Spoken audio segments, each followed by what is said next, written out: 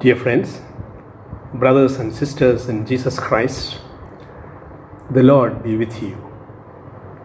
Today, the 6th day of the novena for the Feast of Pentecost, we shall reflect upon the Holy Spirit as the one who makes us holy. In the Gospel reading for today's Eucharistic liturgy, taken from John 17, verses 11 to 19, Jesus prays, "Sanctify them in the truth." Sanctification is a work of the Father through the Holy Spirit. Hence, the following invitations of the Lord has to be understood correctly. Be holy, for I am holy. Leviticus chapter 11, verse 44. Be perfect as your heavenly Father is perfect. Matthew 5, verse 48. It is not a question of becoming perfect and holy, but being perfect and holy as God is. God is not becoming perfect day by day. We are called to become aware of who we are truly and live accordingly. In the letter of St. Paul to the Ephesians, chapter 1, verse 4, we are told, "He has chosen us in Christ before the foundation of the world to be holy and blameless in His presence." Our DNA is programmed for holiness. All of the Christian's life is made holy because the Holy Spirit transforms it. The Holy Spirit does not work on us, He lives in us. Holiness is a work of the Holy Spirit is a title of an article written by Father Jacques Philippe, where he says, "There is a widespread but mistaken idea that holiness is the work of a human being. That what we need is to have a clear program of perfection, set to work with courage and patience, and achieve it little by little. The task is beyond our power.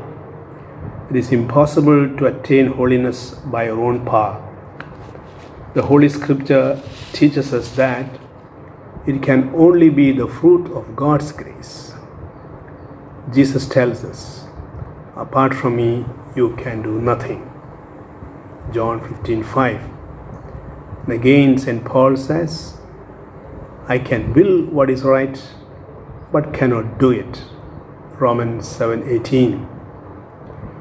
If holiness is the work of the Holy Spirit, what is the role of the Christian in being holy?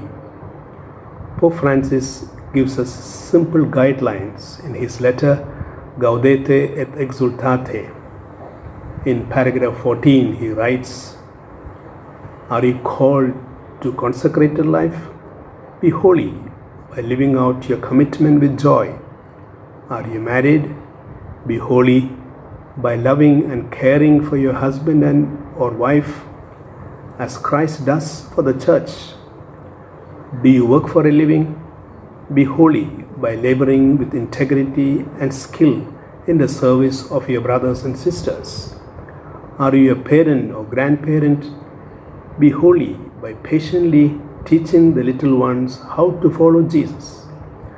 Are you in a position of authority? Be holy by working for the common good and renouncing personal gain." In the Gospel of today, Jesus prays, "These things I speak in the world, that they may have my joy fulfilled in themselves." A holy life makes us joyful, which of course again is the fruit of the Holy Spirit. May the Spirit of God lead us to true joy through a life of holiness. Let us pray. God our Father, we thank you that you have created us to be holy and joyful in your presence. Your Holy Spirit living in us helps us to realize our true identity As we prepare for the Feast of Pentecost, may the Holy Spirit lead us to an ever deeper awareness of our vocation to holiness. Amen.